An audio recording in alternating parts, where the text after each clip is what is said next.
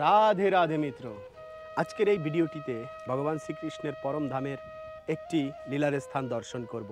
হৃদয় মিত্র আপনার জুড়িয়ে যাবে এবং ভগবানের প্রমাণ মানে ভগবান শ্রীকৃষ্ণকে চেনার উপায় কি সেই লীলার স্থান দর্শন করব। কে তাকে চিনিয়ে দিয়েছিলেন এবং কিভাবে আমরা চিনি।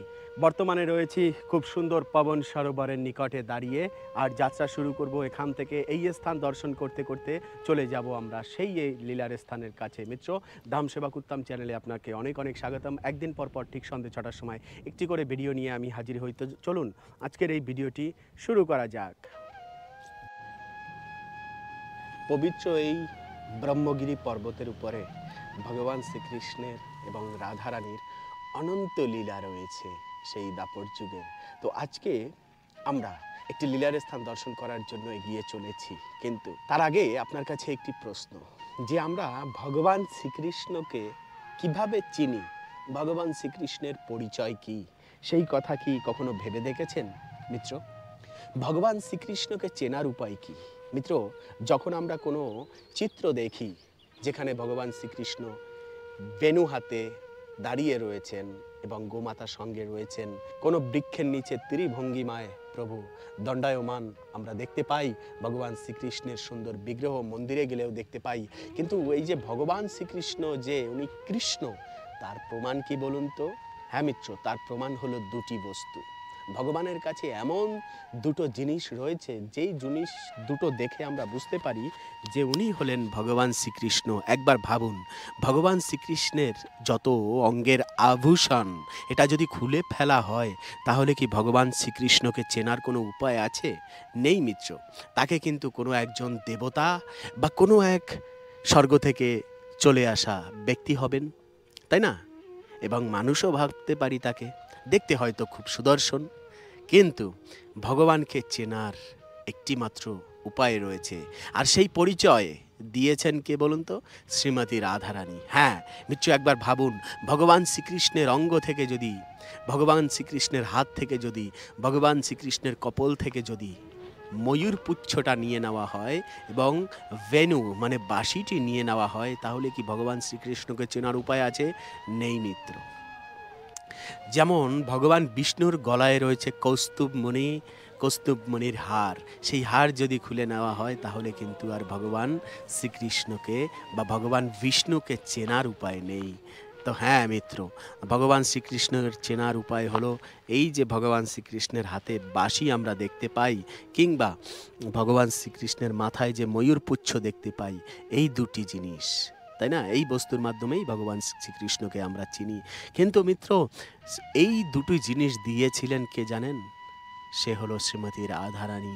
মিত্র, ভগবান শ্রীকৃষ্ণ ধেনু চড়াতে চড়াতে শ্রীমতী রাধারানীর কাছে যখন চলে আসেন, তখন শ্রীমতী রাধারানী ভালোবেসে তাকে বাঁশুড়ি ভেনু দান করেছিলেন এবং ভগবানকে বলেছিলেন তুমি বাঁশি বাজাও। আর সেই থেকে তো ভগবান শ্রীকৃষ্ণ বাঁশি বাজান এবং আর দিয়েছেন ময়ূরপুচ্ছ, ভগবানকে শৃঙ্গার করিয়েছেন যে এই ময়ূরপুচ্ছ হলো তোমার চিহ্ন। হ্যাঁ মিত্র, বৃন্দাবন ধাম যখন দর্শনের জন্য আসবেন, একটি লীলার স্থান তো রয়েছে, সে হলো আমাদের ব্রহ্মগিরির পর্বতের উপরে ময়ূরকুটি রয়েছে, তার নিকটে ভগবান শ্রীকৃষ্ণকে দিয়েছিলেন শ্রীমতী রাধারানী ময়ূর, যেটি ভগবান শ্রীকৃষ্ণ ধারণ করে থাকেন মস্তকে। হ্যাঁ, আজকের এই ভিডিওটিতে আমরা দেখব সেই দানগড়। হ্যাঁ, শ্রীমতী রাধারানী ভগবান শ্রীকৃষ্ণকে ময়ূরপুচ্ছ এবং ভেনু দান করেছিলেন এই দানগড়ে, তাই তো এই স্থানের নাম দানগড় হয়েছে। কেন কি দান করেছিলেন, যেরকম মানগড়ে মান করেছিলেন, তাই না? তেমনি দানগড়ে দানও করেন। তো শ্রীমতীর সেই দানের স্থান কত বড় দান যে এই জগৎবাসী ভগবান শ্রীকৃষ্ণকে শুধুমাত্র ভেনু এবং ময়ূরপুচ্ছর মাধ্যমে চেনেন, তাই এই দানগড় এত মহান। তাহলে রাধারানীর কৃপার বলেই কিন্তু ভগবান শ্রীকৃষ্ণকে আমরা চিনতে পারছি, নয় কিন্তু চিনতে পারতাম না, তাই না? কত মধুর লাগে ভেনু হাতে ভগবান শ্রীকৃষ্ণ যখন গোচারণে যান, হ্যাঁ, এবং গোমাতারা সেই বেণুর শব্দে পাগল হয়ে যান। শুধু গোমাতারা নয়, সম্পূর্ণ ব্রজমণ্ডলের ব্রজবাসী থেকে শুরু করে এই সম্পূর্ণ ভূমণ্ডল এবং তৃণলোকের সব দেবতারা আদি থেকে শুরু করে সব জীবেরা ভগবানের এই বেণুর ধ্বনি শুনলে পরে মোহিত হয়ে যান, জড়বৎ হয়ে যান, চিত্রবৎ হয়ে যান। তাই না মিত্র? কত ভাগ্য জীবেদের যারা এই ব্রজধামে ভগবান শ্রীকৃষ্ণের বেণুর শব্দ শুনেছেন। কিন্তু এই বেণু একমাত্র রাধারানীর কৃপা। রাধারানীর কৃপার বলেই কিন্তু বেণুর শব্দ কর্ণে ভেসে আছেন। তো চলুন আজকে সেই স্থান আমরা দর্শন করব মিত্র, যে স্থানে ভগবান শ্রীকৃষ্ণ এবং রাধারানী বিরাজমান রয়েছেন বিগ্রহরূপে। সেই মন্দির দর্শন করব, যে মন্দিরের নাম হলো দানগড় মিত্র। ব্রহ্মগিরি পর্বতের উপরে রয়েছে এই দানগড় মন্দির। আগে কি কখনো দেখেছেন মিত্র? চলুন তাহলে আজকে আমরা প্রাণ ভরে দুনয়ন ভরে এই মন্দির দর্শন করি। যারা দর্শনের জন্য আসবেন মিত্র, এই স্থান থেকে জানেন একটি সিক্রেট রোড রয়েছে, একটি রাস্তা রয়েছে, একটি মার্গ রয়েছে। সেটি হলো মান মন্দির, গেহবার বন এবং দানগড় যাওয়ার দান মন্দির রয়েছে এখানে।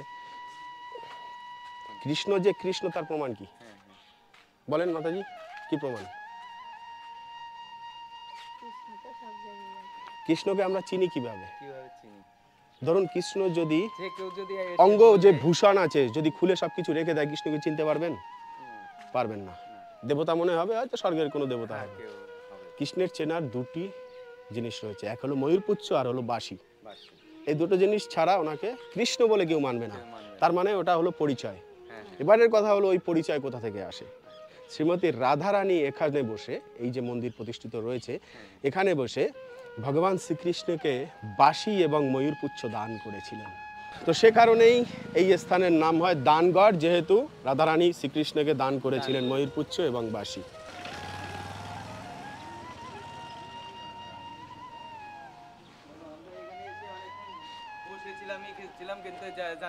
জানতাম না এটাই।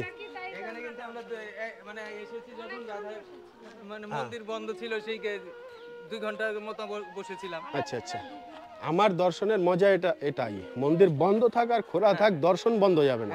আরে ভগবান যে দিশায় থাকে সেই দিশাতে হাত জোর করে দেবতারা প্রণাম করে, তা মন্দির দর্শন না করি ভগবান যেখানে আছেন প্রণাম করে আমরা চলে যেতে পারি না?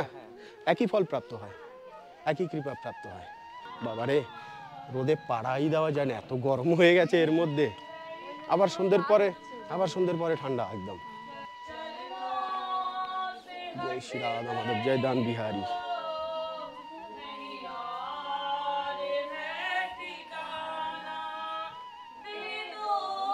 একেই বলে ভজন। কত সুন্দর কীর্তন করছে। ইয়ং ইয়ং মেয়েরা বারে গিয়ে মদ খাচ্ছে না, এখানে বসে কীর্তন করছে। বারের সেই মেয়েটির মহিমা আর এদের মহিমা কত পার্থক্য।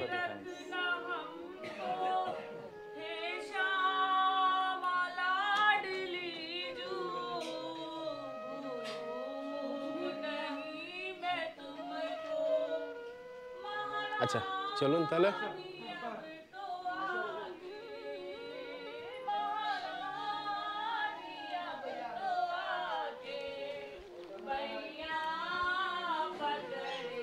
वाह, दान बिहारी आंगीना है।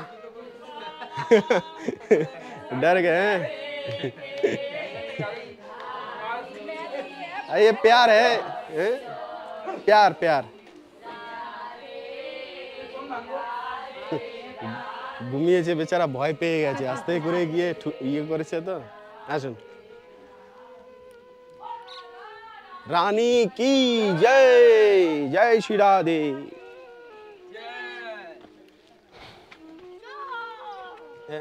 এই যে দেখুন এখানে কিন্তু একটি ব্যাপার আছে। এই যে চিত্রটা দেখতে পাচ্ছেন, কি এই চিত্রতে কি বোঝা যাচ্ছে বলুন? এটা হিন্দি গান আছে না, मनोहरी के बेस बनाया कृष्ण चोरी बेचने आया। মানে চুরি বিক্রি করতে এসেছিল মনোহরির রূপ ধারণ করে। হ্যাঁ, মানে কসমেটিক ওয়ালা। আজকাল তো এই শব্দ বিলুপ্ত হয়ে যাচ্ছে, মনোহরি শব্দ বিলুপ্ত হয়ে গেছে। হ্যাঁ, এখন কসমেটিক শপ, সুপার শপে গিয়ে কসমেটিক কেনে, তো মনোহরি চেনে না। হ্যাঁ হ্যাঁ হ্যাঁ, সেই চিত্র দেখুন, খুব দারুণ লাগে ছবিটা আমার। হ্যাঁ, কৃষ্ণ মনোহরি সেজে রাধারানীর বাড়িতে এসেছেন। হ্যাঁ, চুড়ি বিক্রি করতে। আর কৃষ্ণের মানে মুখ কমল দেখছে আর হাসছে সবাই, যে হ্যাঁ কৃষ্ণ চুড়ি বিক্রি, সব তো বুঝতে পারছে রাধারানী, হ্যাঁ রাধারানী তো সব হ্যাঁ বুঝতে পারে। সব বুঝতে পারছে আর হাসছে, তবুও চিড়ি কিনছে, কিছু বলছে না। তার কেন কি হাতের নয়তো ছোঁয়াটা লোক পাচ্ছে। জানাজানি, সবাই আবার বুঝতে পারলে অসুবিধে। হ্যাঁ আর কত আনন্দ। এই স্থান, এই পর্বত বিচরণের মার্গ, সব সময় ফুল ফুটে থাকতো এবং ময়ূররা খেলতো যে পর্বতের উপরে, সেই পর্বত। আর এই যে বৃক্ষগুলো দেখা যাচ্ছে, যেন মনে হবে দেখলে যে শুকিয়ে গেছে, আসলে শুকিয়ে যায়নি। যেই আগস্ট মাসের জল পড়বে বৃষ্টির, সব একদম সবুজ হয়ে উঠবে। সব জায়গায় ময়ূর আছে। মানুষের ভিড় যখনই বাড়ে তখনই ময়ূরেরা চম্পট দেয়। ওরা শান্তপ্রিয় শতগুণী স্থানে থাকতে পছন্দ করে। কোলাহল একদম শুনতে পেরে, হ্যাঁ কোলাহল লোক বুঝতে পারলেই ওরা আর সেখানে দাঁড়ায় না, দূরে চলে যায়। তারপরেও অনেক ময়ূর দেখতে পাবেন, অসুবিধে নেই। যেখানে আছেন তো ভোর 5টার সময় উঠবেন, উঠে বাইরে দাঁড়াবেন, ডান দিকে লক্ষ্য করবেন, ওই রাস্তার ওপারে লক্ষ্য করবেন, পুরো ভর্তি পাবেন। 9টা যেই বাজবে, 10টা বাজবে, মানুষজন উঠবে, আর একটাও খুঁজে পাবেন না, বেড়ে যাবে ওরা আর খুঁজে পাবেন না।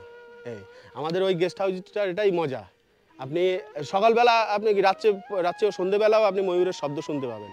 উঠবেন, রাস্তার উপরে দাঁড়াবেন, দেখবেন সব ময়ূর বিচরণ করছে। ময়ূর মানে প্রচুর আছে, প্রচুর, কত দেখবেন।